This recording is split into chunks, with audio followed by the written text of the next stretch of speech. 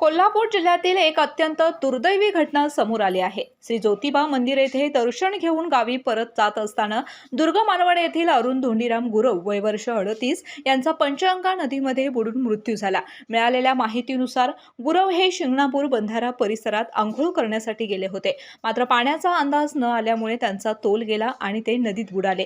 घटनेनंतर तात्काळ शोध मोहीम हाती घेण्यात आली। आपत्ती व्यवस्थापन विभागाच्या पथकाने तब्बल 24 तास अथक प्रयत्न करत गळा व बोटीच्या सहाय्याने मृतदेह पाण्याबाहेर काढला। त्यानंतर मृतदेह पुढील तपासणीसाठी पोलिसांच्या ताब्यात देण्यात आला। या बचाव व शोध मोहिमेत सुनील कांबळे, कृष्णा सोरटे, प्रीतम केसरकर, प्रथमेश येरुळकर, शैलेश हांडे, आदिनाथ कांबळे, सोमनाथ सुतार, शुभम काटकर, शुभम म्हाळगुत आणि सुदेशन चव्हाण यांनी मोलाची भूमिका बजावली।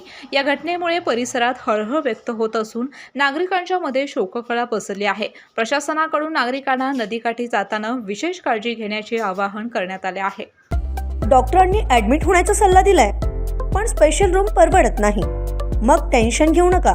सूर्य हॉस्पिटलने प्रथमच अगदी कमी किमतीत सर्व सोयींयुक्त आणि रुग्णांची गरज लक्षात घेऊन बजेट फ्रेंडली रूम्स उपलब्ध केले आहेत। कॅशलेस सुविधांसह खिशाला परवडणाऱ्या किमतीत budget friendly economic special room. पत्ता कोंडावळ चौक, लक्ष्मीपुरी, कोल्हापूर। संपर्क 9822 63 54 69।